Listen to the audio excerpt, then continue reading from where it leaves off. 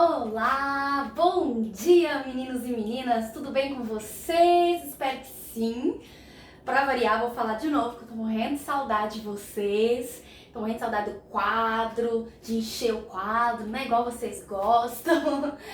Pois é, enquanto isso, né, não volta, tudo isso não volta, estou aqui de novo gravando essa aula que eu preparei com muito carinho pra vocês. Inclusive, não sei se vocês já perceberam que o material tá um pouco diferente daquele que você já tem acesso. Então, já vou disponibilizar para vocês esse material que eu dei uma reformuladinha, tá? Para, né, ficar mais dinâmico. Lembrando que toda vez que eu uso slides em sala de aula, eu sempre complemento no quadro, não é? Então, por isso eu decidi reformular essa parte, a segunda parte da Revolução Francesa, tá? Então, a gente trabalhou na última aula a primeira parte, que vai até a segunda fase da Revolução. E agora a gente vai falar da terceira e quarta. Ufa, acabou, meu Deus!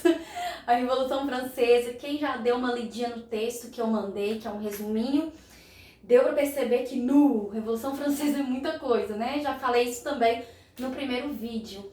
E então, para, né, ficar mais fácil para vocês entenderem, eu dividi essa aula em 2 vídeos, que eu acho que fica mais fácil, né, para vocês estudarem e assimilarem toda essa matéria. Lembrando que eu disponibilizei lá no Classroom para vocês uma sessão de tira dúvidas. Então tem um arquivo lá que todo mundo tem acesso, todo mundo pode editar e colocar suas perguntas. Eu vou estar à disposição para atender qualquer dúvida que vocês tiverem. Então não deixe de utilizar essa ferramenta, né, que eu criei, porque não vale ficar com dúvida em casa de jeito nenhum. Pode contar comigo, tá bom? Então vamos lá, né? Chega de blá blá blá e vamos começar com a Revolução Francesa parte 2. O que eu coloquei aqui pra vocês? Vocês sabem que toda aula eu sempre gosto de dar uma retomadinha do que a gente já viu, né? Pra gente situar.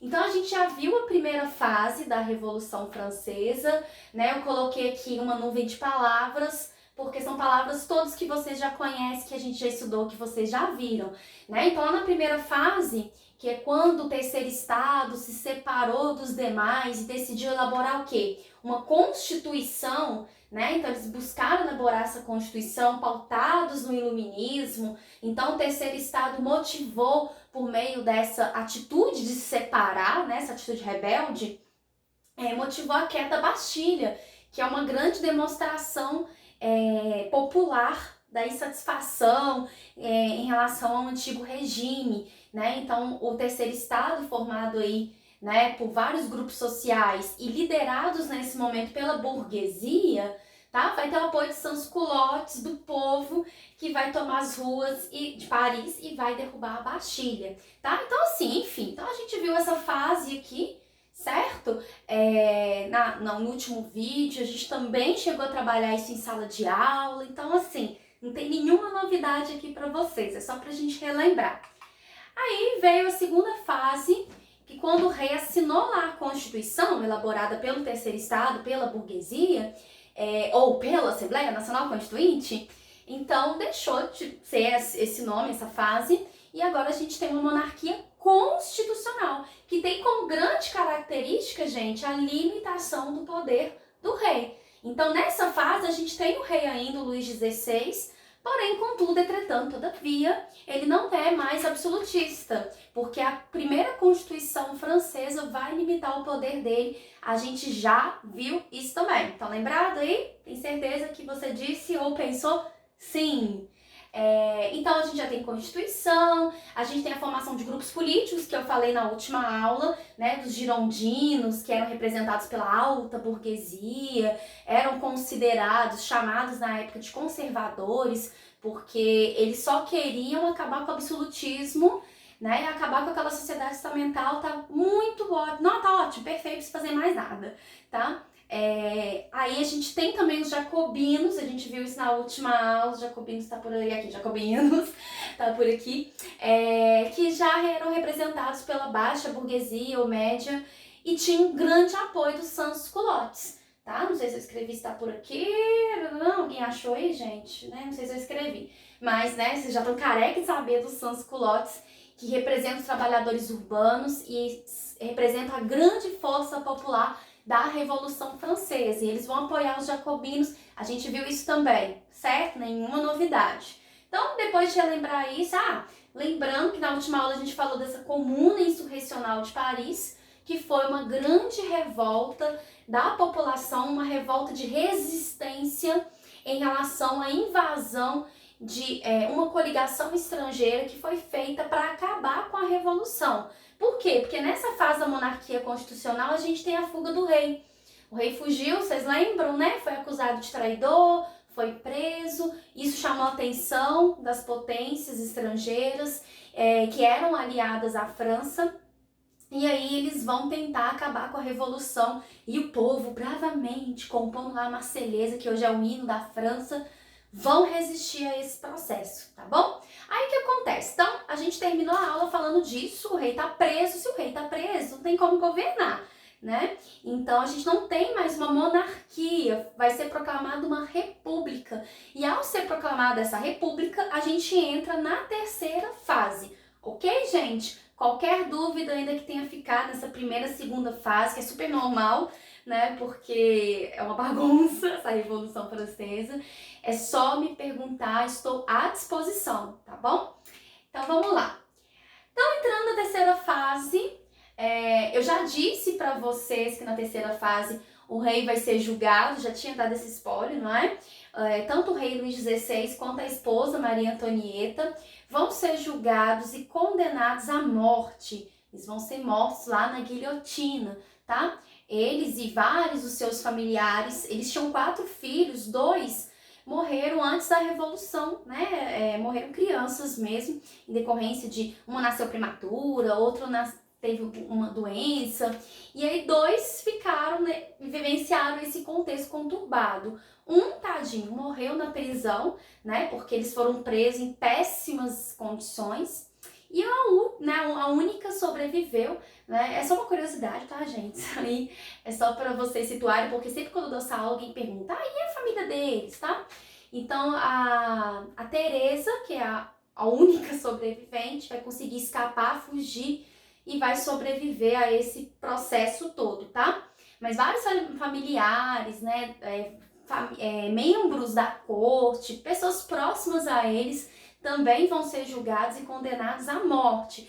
Isso, gente, já mostra o tom dessa fase, que é conhecido como a fase mais radical, tá? Porque vão ter muitas mortes aí. E nessa fase mais radical, gente, quando a República é proclamada, a princípio os girondinos estavam lá no comando, mas com a força popular, com sans-culottes pressionando, acabou que os jacobinos vão ser os mais influentes nesse processo. Lembra dos jacobinos? Os jacobinos tinham ideias mais radicais, e eu não especifiquei muito bem na última aula que ideias radicais eram essas, não especifiquei propositalmente, porque eu vou falar disso aqui agora, tá? Que ideias radicais eram essas? Eles queriam mudanças profundas na sociedade. No próximo slide isso vai estar, né, dito, e eu quero ver se vocês concordam, se o que eles decretaram como medida, se você considera, assim, uma grande mudança na sociedade, tá? Antes, deixa eu só acabar aqui, então. Entre os jacobinos, a gente tem várias lideranças, tá? Mas a que vai se destacar, que vai realmente cabeçar todo esse processo e vai ser super radical, é o Robespierre. Eu já falei dele também na última aula, até mostrei um memezinho, né?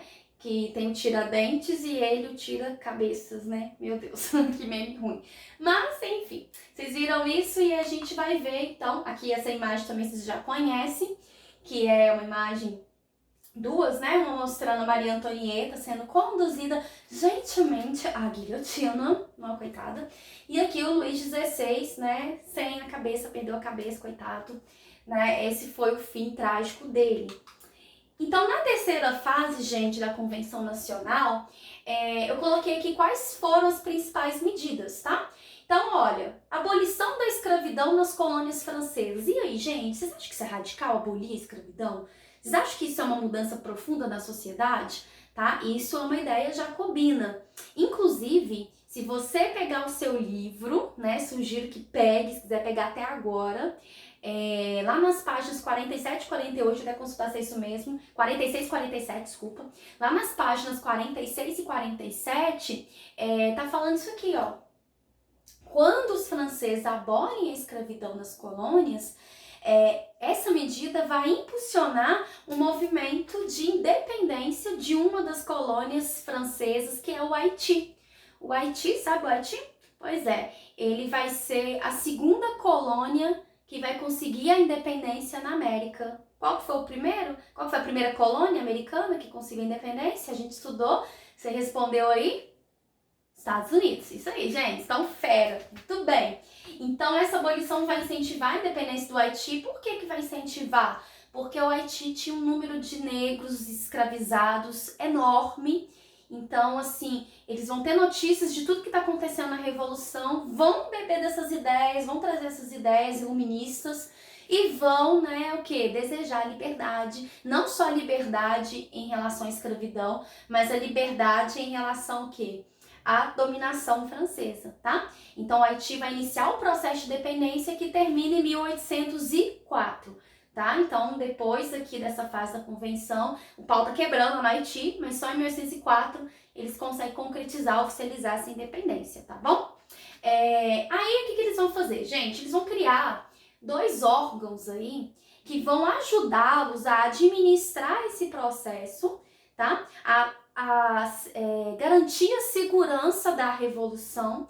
E para eles garantir a segurança da revolução, então eles criaram o Comitê da Salvação Pública, que, né, buscava qualquer suspeito de traição, e aí que tá a radicalização dessa fase, gente. O Robespierre vai mandar prender geral, girondino, ou seja, pessoas que lutaram em nome da revolução, lutaram contra o antigo regime, vão ser acusadas de traição. Isso quer dizer o quê? Qualquer pessoa que pensasse diferente aí do Robespierre, inclusive pessoas jacobinas do partido dele, pensou diferente, acusado de traição. E aí essas pessoas acusadas de traição eram levadas ao Tribunal Revolucionário, que julgava, e aí, gente, o desfecho, né, geralmente não era muito bom. Era isso aqui, vocês reconheceram? Após que falou, como é que chama? A guilhotina. Isso aí, gente, tá bom? Então, essas foram uma das medidas. Coloquei mais medidas aqui. Então, eles decretaram lei do máximo.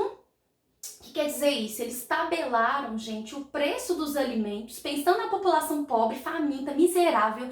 Lembra que antes da Revolução Francesa, um dos antecedentes que apareceu no caderno aí de vocês é o quê? Miséria da população. Então, os jacobinos não esqueceram disso e pensando nisso, então eles tabelaram os preços dos alimentos. Falando o seguinte, olha, segura essa inflação aí. Então, eles determinaram o preço máximo de cada alimento aí essencial na vida dos franceses, da população, tá bom? Então, essa foi a chamada Lei do Máximo.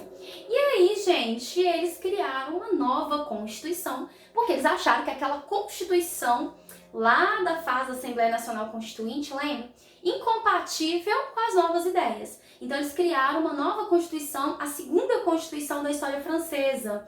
E nessa Constituição, né, eu coloquei 3 coisas aqui que eu quero que vocês me falem aí. E aí, são medidas que transformaram a sociedade, que podem ser consideradas radicais para a época. Então, primeiro eles colocaram sufrágio universal. O que é sufrágio universal? Sufrágio significa voto. Se é universal, significa o quê? Que é para todos. Não sei se você está lembrado aí, mas na Constituição anterior, o voto era... Vocês lembram daquela palavrinha diferente? Alguém lembrou aí? Ah, você lembrou, né? Voto censitário. Então, lá na Constituição anterior, o voto era censitário. Isso quer dizer o quê? Que o voto era baseado de acordo com a renda. Então, só votavam, só participavam do processo eleitoral francês aqueles que tinham uma determinada renda, tá? Aí vieram jacobinos e falaram, que é isso? Claro que não, né? Nós somos um governo popular, o povo tem que participar desse processo. Então, o sufrágio tornou-se universal, quer dizer que qualquer pessoa, no caso, né, na época eram os homens, as mulheres foram excluídas desse processo, mesmo sendo muito atuantes na Revolução. Em cada fase elas são bastante atuantes. Vocês já viram isso, a gente já trabalhou isso, né? Então, naquele contexto, o sufrágio universal era masculino Então, todo homem, independente da renda, podia participar do processo eleitoral, tá bom? E aí, vocês acham que essa medida é uma medida transformadora, né? É radical para a época, né? Acho que você pensou e concordou comigo. Sim, tá bom? E o ensino, isso foi uma das grandes mudanças, inclusive inspiradas no iluminismo. O iluminismo pregava muito investimento na educação, vocês lembram disso? Está no caderno de vocês. Então, eles vão decretar o ensino público, ou seja, o ensino gratuito. Eles querem universalizar aí a educação, tá?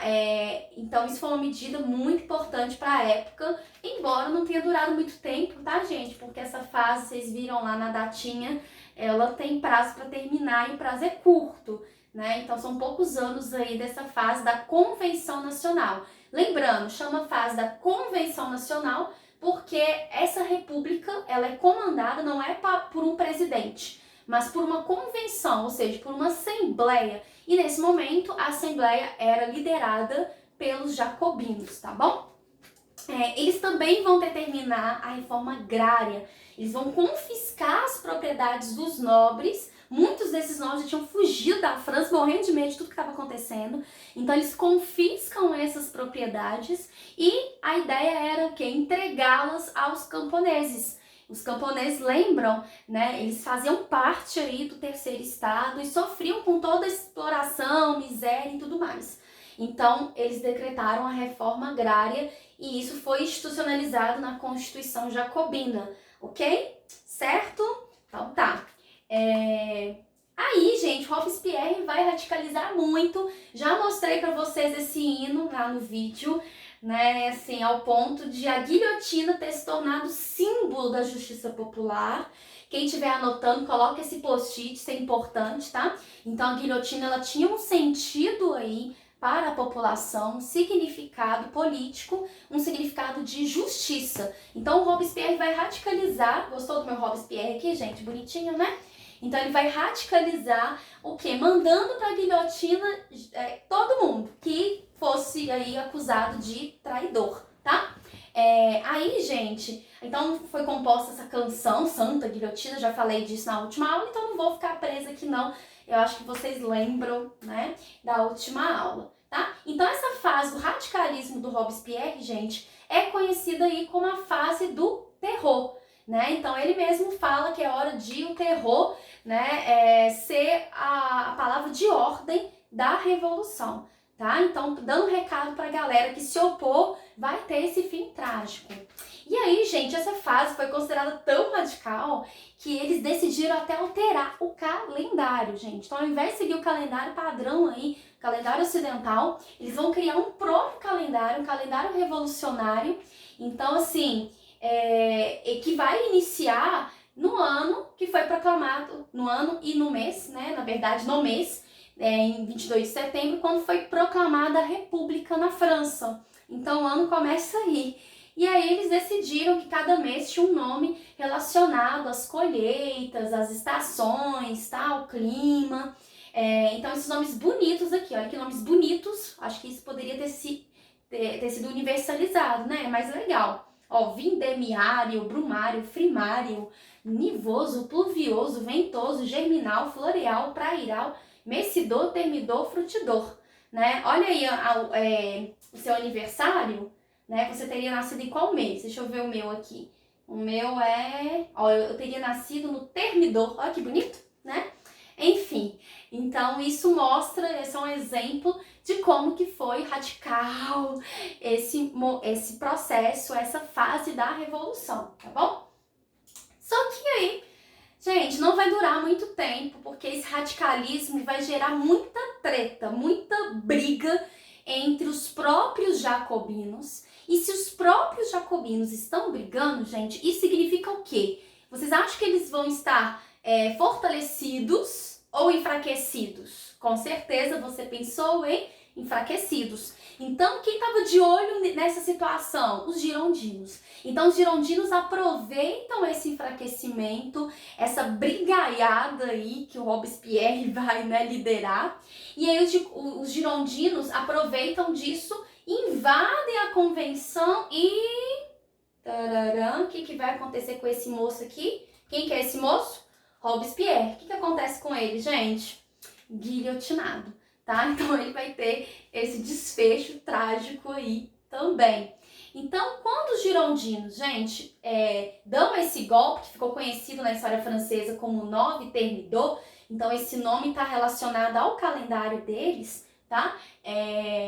Então inicia-se uma nova fase, tá? A última, ufa, né, para acabar. Então, a quarta fase, gente, ficou conhecida como Diretório. Por que esse nome? Porque a República Francesa passou a ser governada por 5 diretores. Eles que formavam esse poder executivo. Então, 5 diretores, diretório, beleza? Nessa fase, gente, o pau quebrou, tá? Continua, aliás, quebrando, mas assim, chegou um ponto insustentável e a burguesia, aquela burguesia que tinha idealizado a revolução, lá naquele início que a gente viu e tudo mais, não imaginava que a revolução estava desse jeito descontrolada, tá? Então eles estavam com muito medo desse processo, o povo na rua, o povo no poder, reforma agrária ali, medidas radicais aqui, enfim.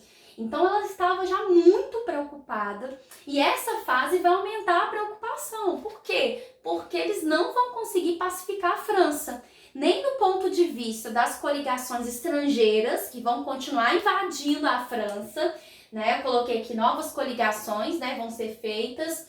Coloquei aqui da Áustria, Prússia, falei na última aula sobre esses países. A Inglaterra entra nessa parada, outros vão mandar ajudas também. Então, assim, além deles terem que enfrentar essa instabilidade, vai ter o que? Vão ter revoltas internas. Coloquei um exemplo dessas revoltas, que é a chamada Conspiração dos Iguais, que foi liderada pelo Graco Babeuf, que era um jacobino, que queria o quê, gente? Acabar com a propriedade privada, ou seja, ele vai radicalizar, né, com essa reivindicação, porque ele desejava acabar com qualquer propriedade privada da França, lembrando que, né, a burguesia estava no poder, e a burguesia, como, né, leitora de John Locke defendia o que, gente?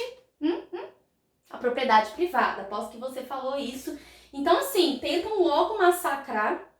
Então, foi uma conspiração que fracassou, como eu coloquei aqui, porém, demonstrou que, assim, o trem não tava bom, tá? Então, assim, eles conseguiram massacrar essa rebelião, mas até quando? Né? Vai vir outra ali. Então, assim, eles começaram a ficar muito preocupados.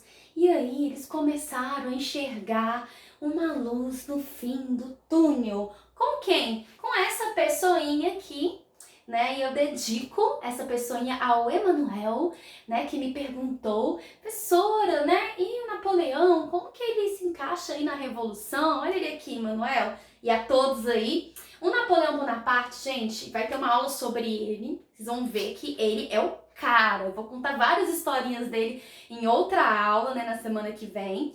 E só dando spoilerzinho, gente, o cara era um gênio, tá? Gênio. Com 24 anos, o cara já era general, tá? Ou seja, já tinha alta patente militar. Isso aí é só, né, gente, para gênios. Inclusive, se você digitar aí no Google, assim, Teorema de Napoleão, vocês vão achar um teorema matemático do Napoleão. O cara, assim, era um gênio, gente, na história, na matemática, na arte bélica, enfim. O cara era fenomenal mesmo. E ele liderando uma massa francesa, uma massa popular, muitos que nunca tinham pegado em uma arma, ele vai conseguir organizar um exército francês, um exército de resistência a essas coligações aqui. Então, por isso, essa coligação estrangeira que eu citei, ela vai ser derrotada. O Napoleão vai se destacar, porque ele vai conseguir organizar essa parada aí na França e vai conseguir preservar a revolução. Aí a burguesia começa a pensar, esse cara, ele é perfeito. Por quê? Porque o povo, né, conhece o Napoleão. Ele vai se destacar no exército, isso, né, vai ser noticiado boca a boca. E ao mesmo tempo ele não era do povão, então ele não vai radicalizar igual os jacobinos fizeram, né? Ele não é um sans-culotte, ele é um militar. Então é tudo que a França estava precisando para aquele momento. Uma pessoa que tivesse legitimidade para assumir, esse governo tão conturbado. E aí, a partir desse destaque, gostou do meu Napoleão, né? a gente vai ter o golpe do 18 Brumário. Lembrando, isso se refere, né, ao mês deles. No caso aqui corresponde a novembro. Então, em novembro, a gente vai ter aqui esse golpe que vai acabar com o diretório e vai colocar o Napoleão no poder. Então, ele vai iniciar uma nova fase na história francesa, que vai fazer parte das cenas dos nossos próximos capítulos da história. Vocês vão ver que tem muita coisa legal de Napoleão. Eu adoro dar aula de Napoleão, porque tem muita coisa legal mesmo. E aí a gente vai ver, então, essa era napoleônica. E aí a gente vai discutir, né? Acabou a Revolução Francesa com a chegada dele ao poder?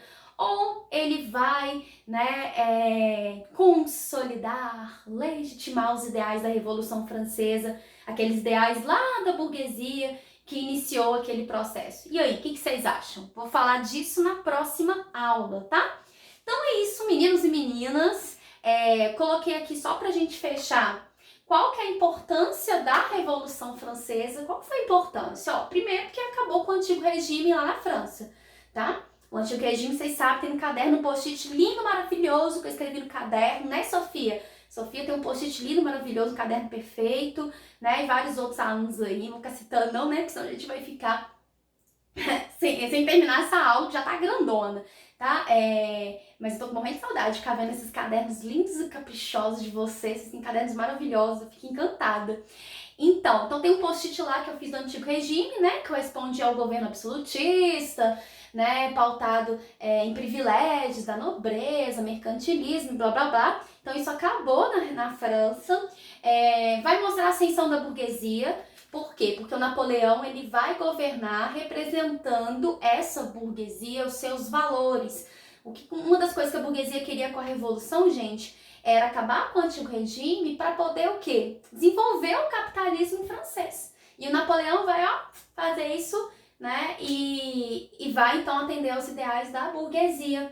Vai ter repercussão no mundo inteiro, né? A gente vai ter revoltas pipocando no mundo inteiro, inspiradas na Revolução Francesa. Em breve a gente vai estudar uma delas aí no Brasil, por exemplo, em Confidência Mineira. Vai ser uma... Não, mentira, gente, não vai ser inspirada na Revolução Francesa.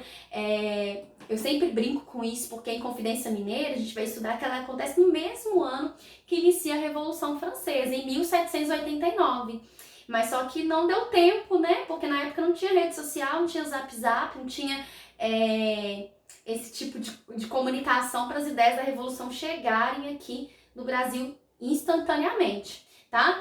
Além da Inconfidência ter acontecido efetivamente meses antes da Revolução Francesa. Mas a Conjuração Baiana, vocês já ouviram falar dela? Se não, a gente vai falar disso em breve, nos próximos capítulos. Foi um exemplo da inspiração da Revolução Francesa. A própria proclamação da República no Brasil vai se inspirar na Revolução Francesa. Já falei da nota aí de R$100 que está na carteira de vocês aí, né? Vocês já viram lá o símbolo da Revolução Francesa? Qual que é mesmo?